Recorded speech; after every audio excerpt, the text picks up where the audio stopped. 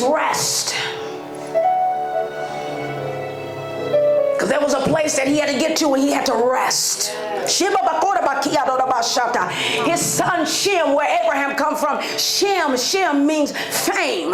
Because see, there was something that was being birthed out of Shem, and his name was going to go and spread abroad. Fame. Everybody know about the Israelites. Come on, y'all. Abram, remember I said Abram meant exalted father. Then Abraham meant father of nations. Sarah,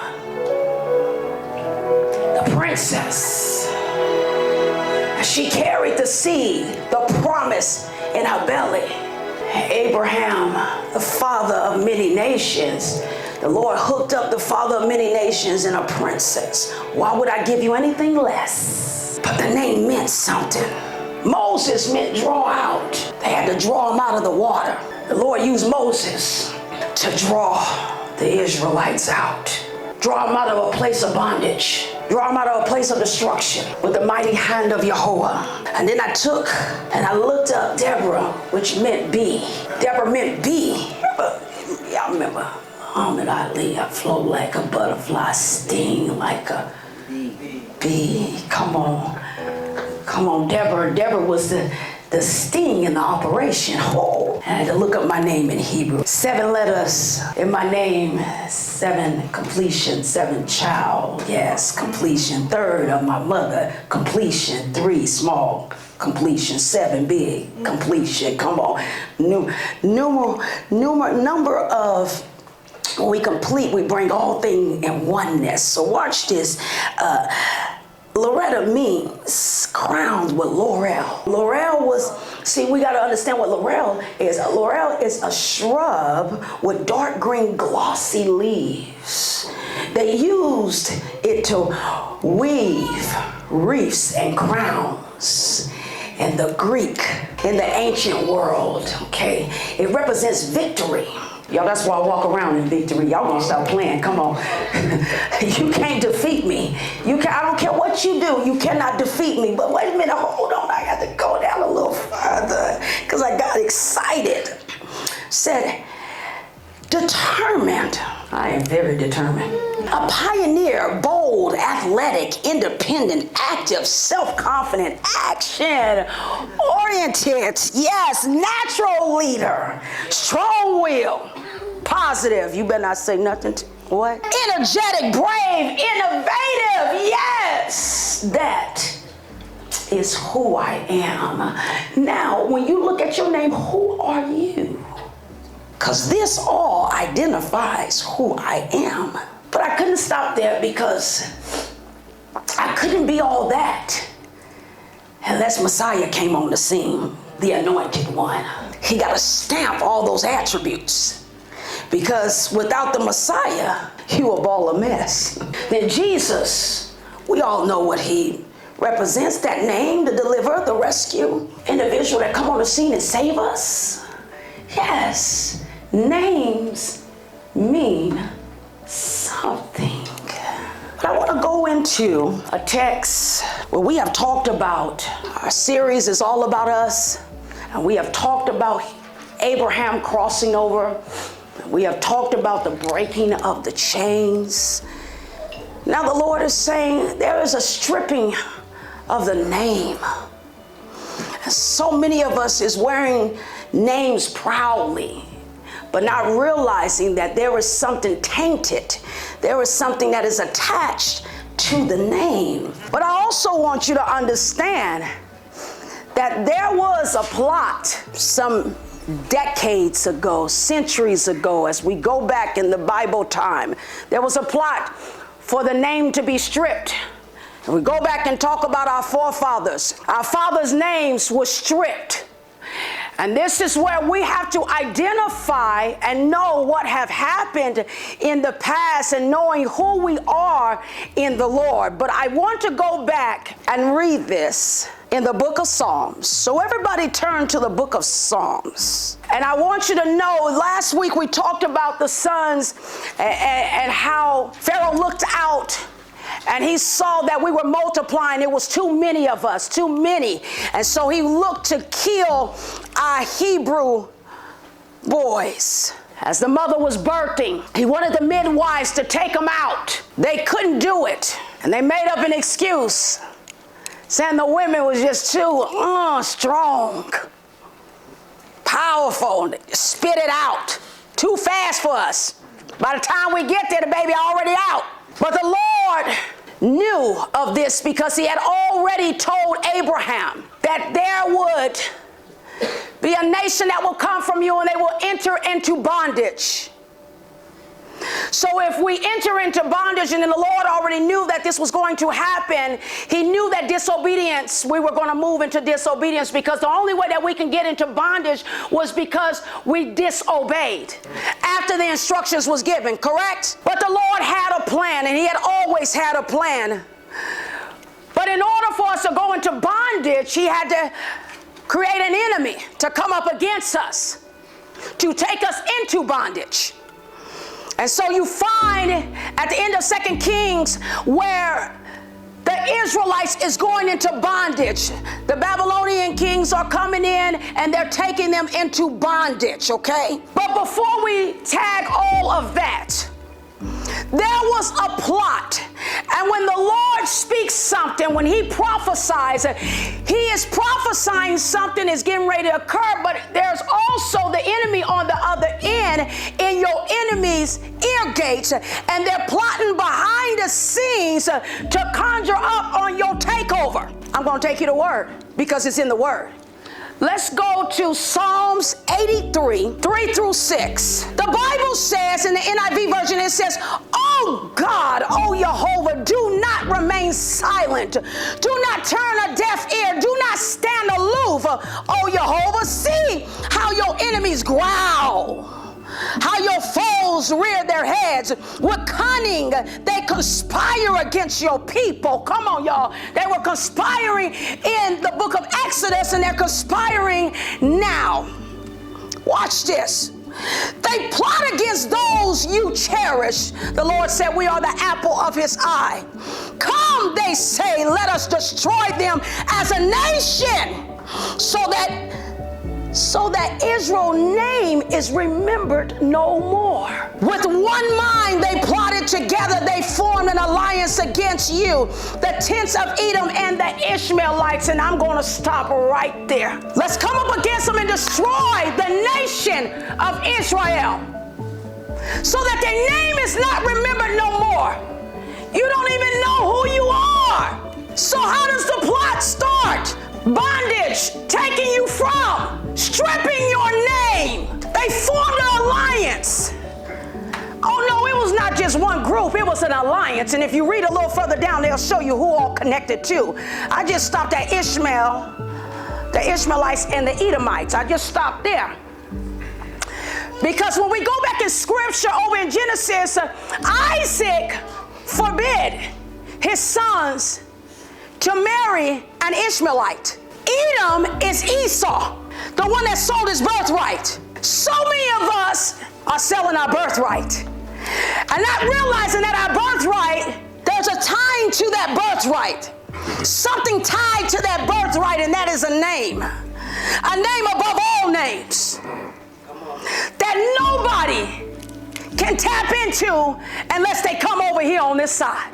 So some of us are still having an identity crisis. Isaac told them, do not marry an Ishmaelite. Ishmael came from Abraham,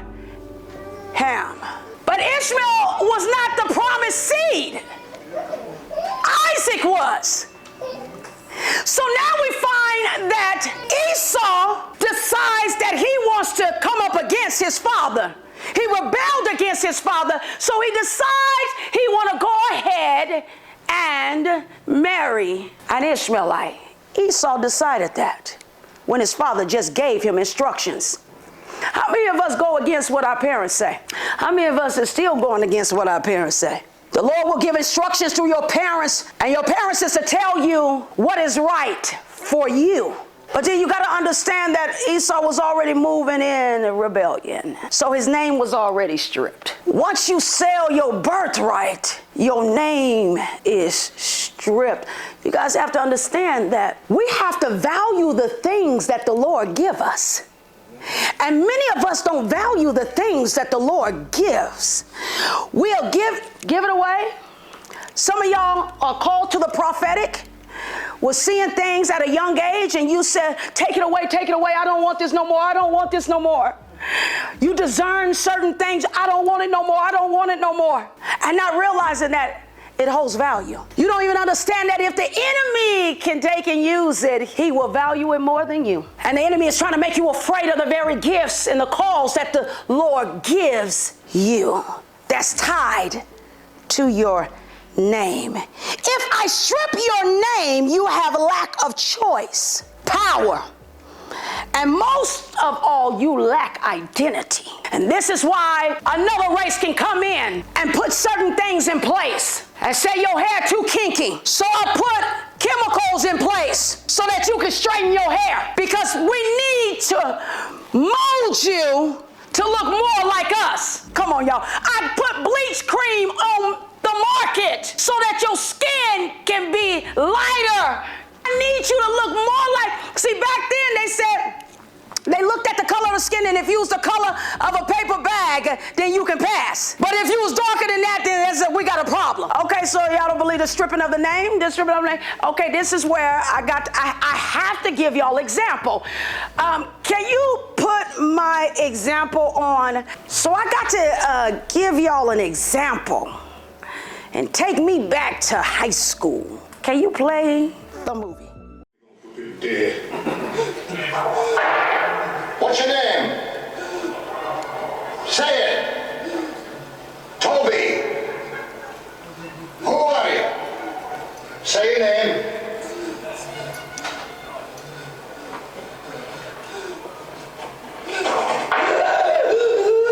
Stripped, beaten, stripped. What's your name? Toby.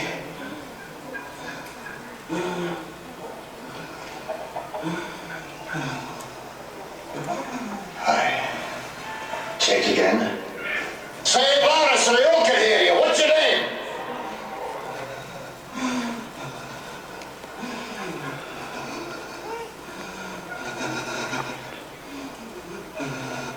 Toby. My name is Toby. Hi. That's a good nigger. Cut him down. Name stripped, beaten, so that you can pronounce somebody else. Name that was given to you. And the only thing that you could do was hide the name in your heart. Because if he kept saying Kunta Kinte, he would have kept being beaten and stayed tied up while others looked on the outskirts. Lord help that boy. But they had no more fight in them, because the Lord stripped, allowed the stripping because of the disobedience, allowed them to go into bondage because they refused to obey the Lord. When the Lord said, if you obey my commands and my laws, you'll be blessed. But they couldn't help themselves because they kept looking over in their neighbor's backyard and wanted to worship other gods that did not look like Jehovah.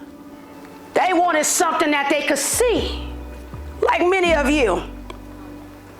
And so you got to ask yourself, what are you willing to worship? What are you worshiping now?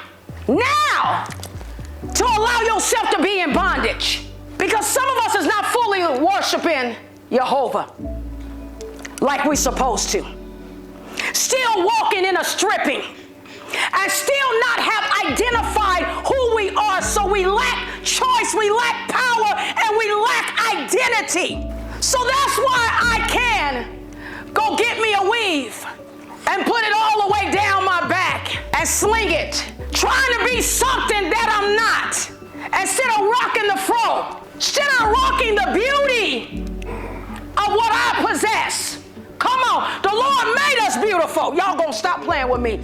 Come on, in the midst of, even though they have put bleach cream on the counter, over the counter, we are yet still trying to lighten our skin, but you don't even understand. They trying to darken and trying to look like. Y'all, come on, gotta lay and bake in the sun and trying to take on an identity that does not look like them.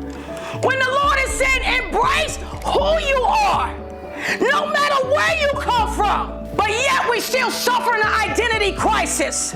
Yet we don't know who we are. However, we cannot just stop there, because it didn't just strip our name. It stripped our culture, our belief system, our religion, who we serve. It stripped.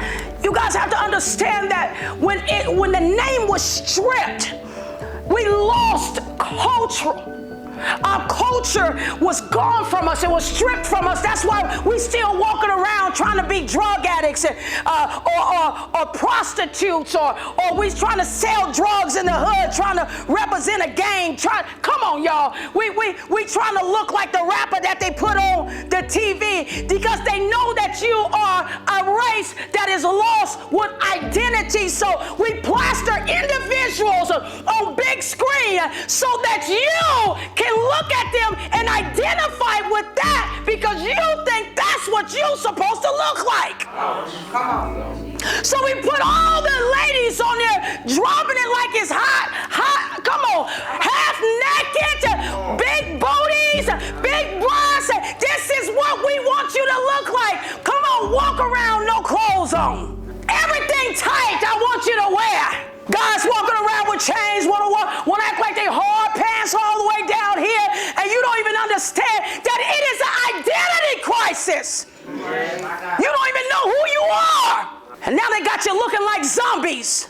Now you want to walk around and be high all the time. Come on, y'all. We got to wake up and tap into the real identity. No, they didn't talk about this back in the day in the church. Baby, the Lord have called me to talk about this, because we are in a time where we've got to know who we are. We were forced into a new name. Forced into a new name when we already had a name.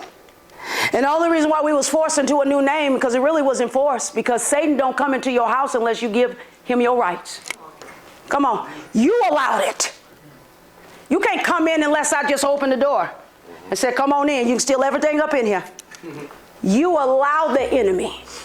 Our forefathers allowed the enemy to come in and strip us. You allow the enemy to come in and strip you, because yet you still carry the same thing. I didn't even realize that the Lord was stripping me from the old identity when he told me, you are not going to wear no more weaves. Folks get mad at me all they want to. I had folks talking about, Apostle over there talking about nobody can't wear no more weaves. No, I didn't tell you nothing. No, I told you what the Lord told me. And when the Lord tells me something, my job is to step into, but to help you out. Because apparently you still yet got an identity crisis. And y'all don't even understand that the Lord had to show me dreams. See, the renewing of the mind has to come, you guys. Renewing of the mind has to come. Because I identified myself with weaves.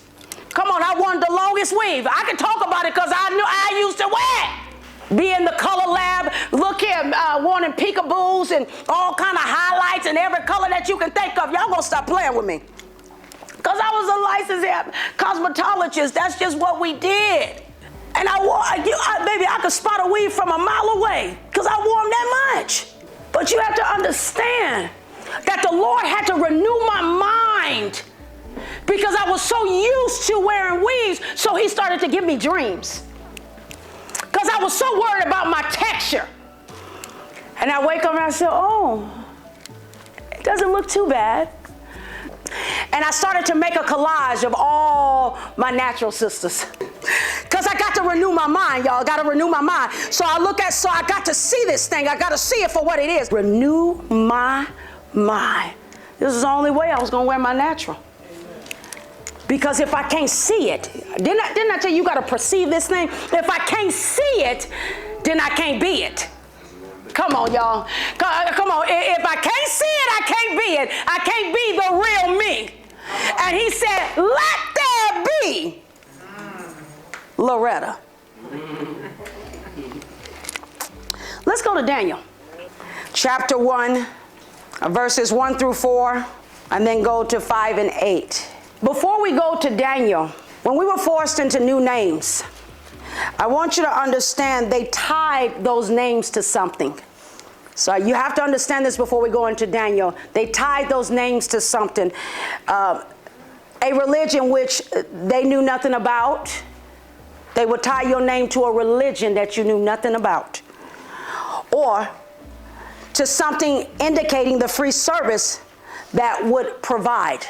They would tie your name to something indicating the free service that you would provide. Then they will also tie your name to the general region in Africa they came from, or after emancipation. And then lastly, they will tie your name to the individual that you worked for. Okay? Yeah, everybody's familiar with that one. Okay? So now we're getting ready to go into the text, and you're getting ready to see. In the 3rd year of the reign of Jehoiakim, king of Judah, Nebuchadnezzar, king of Babylon, came to Jerusalem and besieged it. And the Lord delivered Jehoiakim, king of Judah, into the hand, along with some of the articles from the temple of God. These he carried off to the temple of his God in Babylonia. Stop right there. Stop right there. Isn't it something how the Lord will allow the enemy to come in, but not just strip your name, but he will strip everything that was in your temple. Oh, wait a minute. Hold on one second. What do you mean? Strip everything in my temple? Everything in here. The house. You. This is your temple right here. I come in and I will take everything from you. Your love, your joy, your peace, your gentleness, your meekness, your goodness in your heart. Come on, y'all. Come on, I will strip your faith. I got to strip your faith. If I strip your faith, remember I told y'all, stripping the belief system, if I strip your faith, you don't have nothing. You don't have nothing to live for. If I take your love, if I strip your love, then I replace it with hate.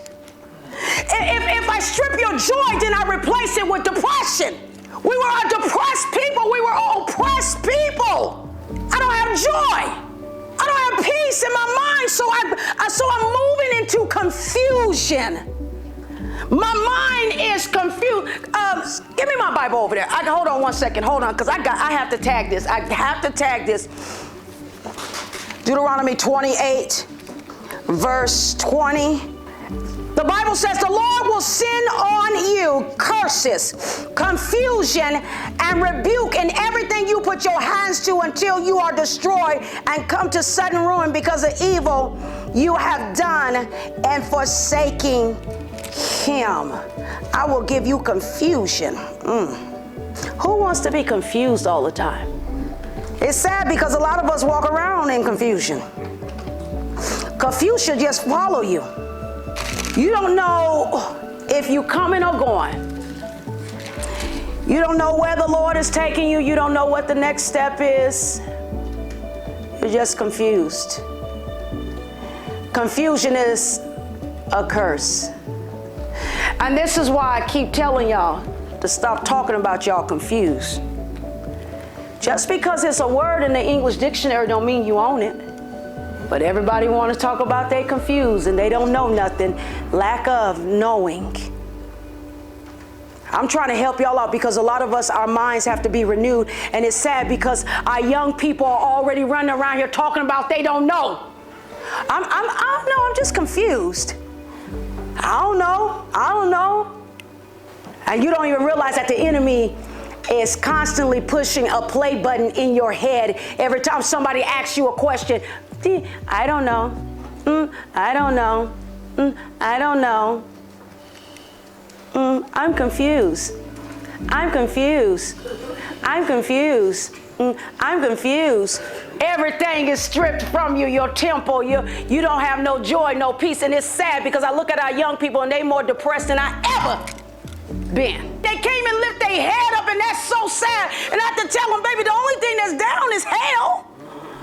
Look, Where your help come from? Look to the mountains, to the hills.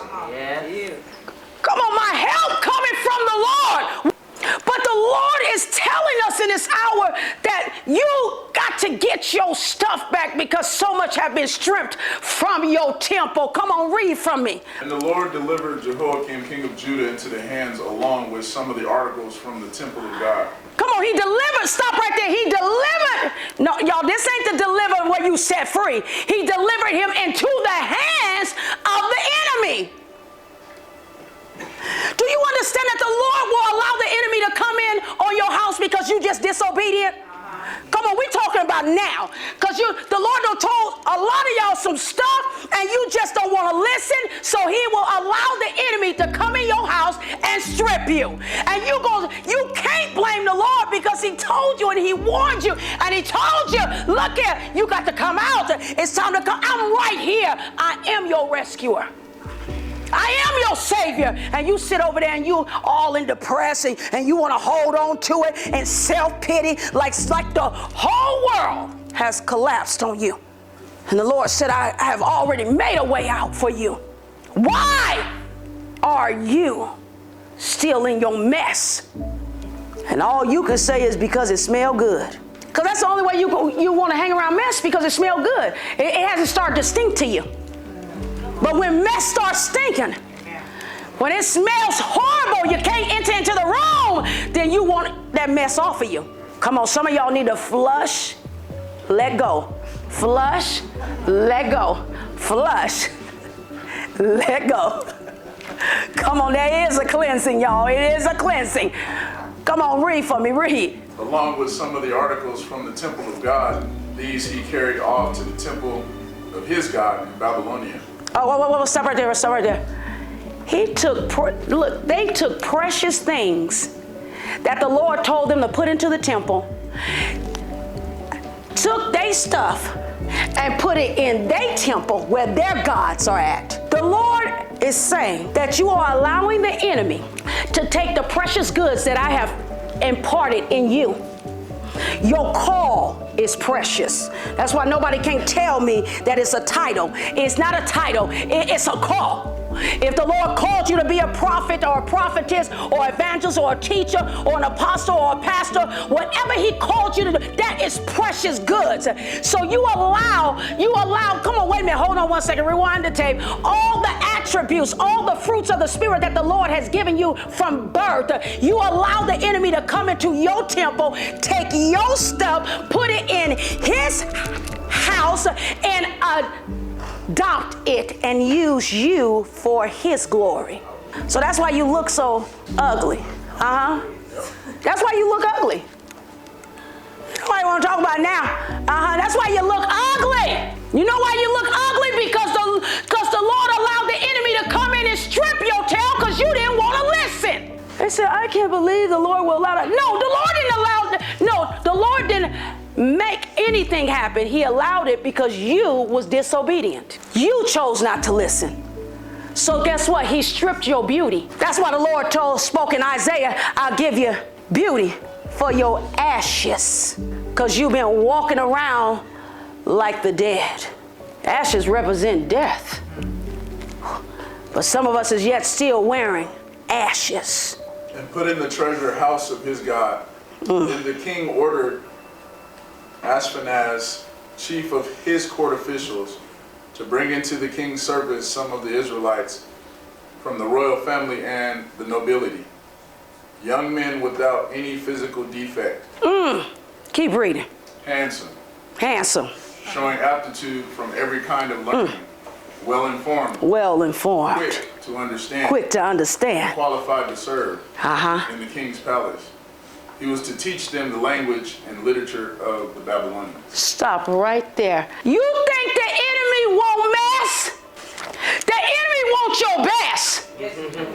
Why would I take stuff that got defects? That don't even make sense. When the enemy come into your house, come on, when a robber comes into your house, they don't want broke. If your TV broken, they gonna leave that TV right there.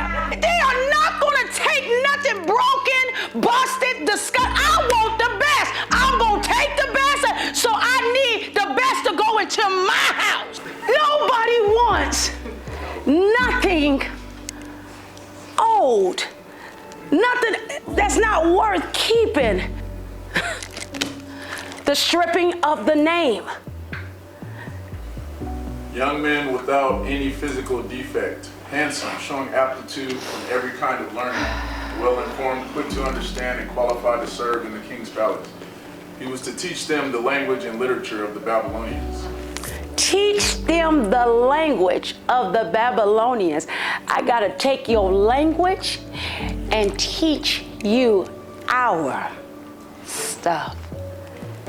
The king assigned them a daily amount of food and wine from the king's table.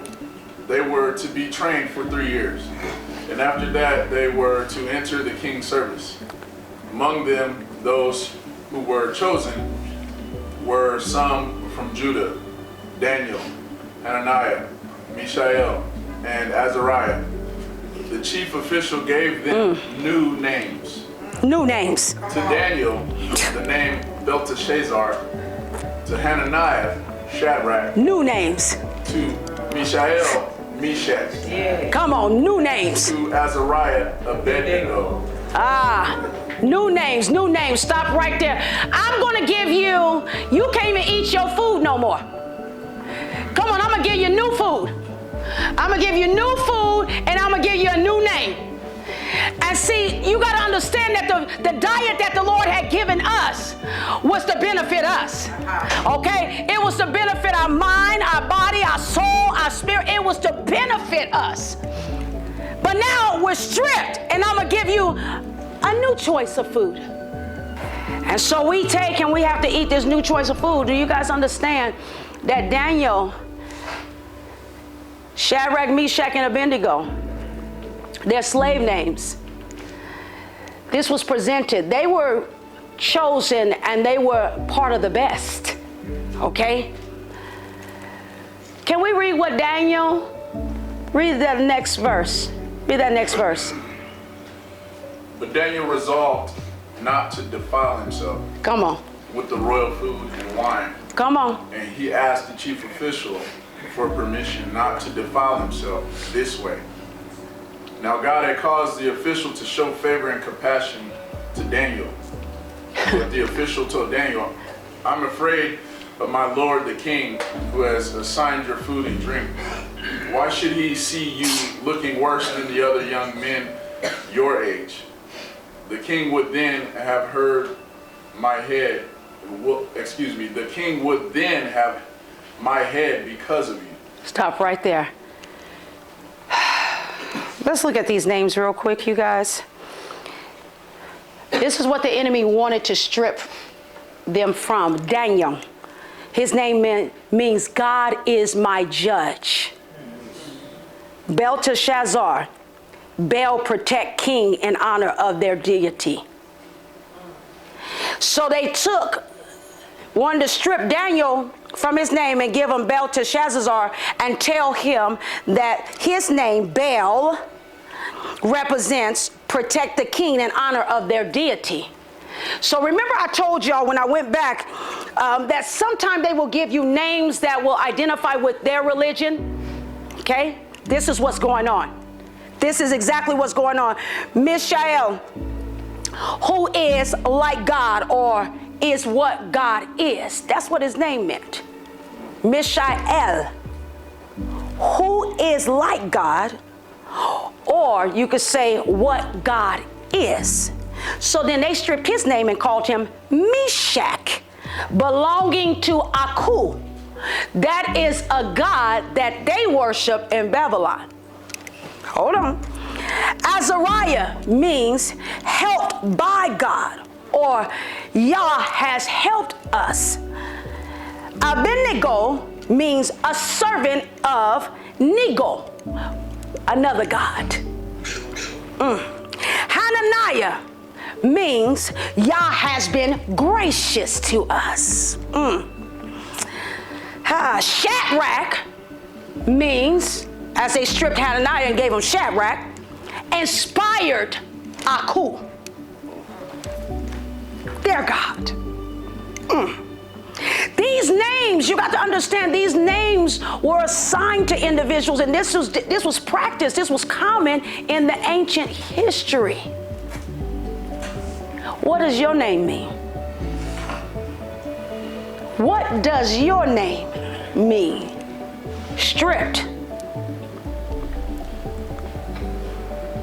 and given a name, a last name. What does that mean? Revelation 2:13. Somebody, let's go there, because we don't have to keep these names, because somebody is making a way for us, have already made a way for us, and we got to step into the way of it. Come on, let's go to Revelation 2:13, and I'm closing out, and then I need to go to Revelation 3:12. Revelation 2, chapter 2. I have to go here real quick. I gotta go here. Let's go to chapter 2. Now this is talking about the churches, and we're gonna go to Pergamum church, chapter 2. Let's start at verse 13. And it says, I know where you lived, where Satan has his throne, yet you remain true to my name. The Lord is calling us to remain true to his name, but you cannot be true to his name until you tap into his name and take on your true identity in your name. Okay, let's keep going. You did not renounce your faith in me, not even in the days of Antipas, my faithful witness, who was put to death in your city where Satan lived. The Lord is calling us, once we take on the new name, our name was stripped. I said is we got to overcome the stripped name. Once we take on the name, that you have to overcome through faith. And once we overcome through faith, then we can move forward. Then the Lord can look at us and be pleased. Nevertheless, he says, I have a few things against you. There are some among you who hold the teaching of Balaam, who taught Balak to entice the Israelites to sin, so that they ate food sacrificed to idols. Stop right there. Stop right there. Do you understand? When we look at Daniel, and we just read Daniel, look at the correlation. They were taken into Babylon, okay? Y'all, we are in Babylon. America represents Babylon. Okay? Enticed by all kinds of things. It says right here, food, sacrificed to idols, and committed sexual immorality. Y'all, this is all what we see going on around us. Okay? Well, the same thing was going on in Daniel's days. Same thing. He was enticed by certain foods. They saw all kinds of sexual sins going on around him. He had to refuse what Satan was serving at his table. It was not just food, y'all. Because there's a lot of stuff that's served on your table, and it's for you to say, I don't want it. Come on. Why do you think lust is right there in your face? Come on. There are all types of sin served on the table. You like? And it's for you to say, I don't want it. I don't need it. It don't do me any good. I don't benefit from it. Y'all, we in Babylon now. Then, now. Let's keep reading. Likewise, let's go down. 17. Whoever has ears, let them hear what the Spirit says to the church. To the one who is victorious, I will give some of the hidden manna. I will also give that person a white stone with a new name written on it, known only to the one who receives it. Come on. There is a new name waiting for you. We don't know the depth of that white stone, but he said a new name. In a white stone, I will give it to you. But the question is, do you want it? Because I just read you have to overcome it. Daniel exemplified to us that you have to stand and refuse. Now, this is the thing. Submit, resist, he'll flee. Submit to the Lord, resist what they're giving to you, and then the enemy will flee. But are you willing to submit? Because Daniel submitted to the Lord. He never backed down. He stood on his faith. This is what I'm talking about. You can strip my name. You can take everything from me. But when I know that the Lord Almighty has did exceedingly and abundantly, I hold it dear in my heart. So my name, come on, my natural name don't mean nothing. Come on, I don't want to even get tied up in my natural, because I hold something dear to me that sits in my heart. There is something about there's something new that sits in my heart, and you cannot take it from me. So the Lord is saying in this hour, what are you holding that is dear to you? Come on, what is getting in the way of your newness? This is where you have to make up in your mind what you gonna do, what you gonna take on. My name means everything. Yes, my name means everything. My name means everything. The name that the Lord has given me. Not what my mama has given me, but the name that the Lord has given me means everything. So that's why I have to stand in these last and evil days with my loins girded about with truth. Why do my loins have to be girded about with truth? Because I got to stand on the truth of everything that the Lord has already taught me. You can't take what the Lord has given me. You can't strip what I've been taught with the seeds that have been sowed in good soil. Yeah. Come on.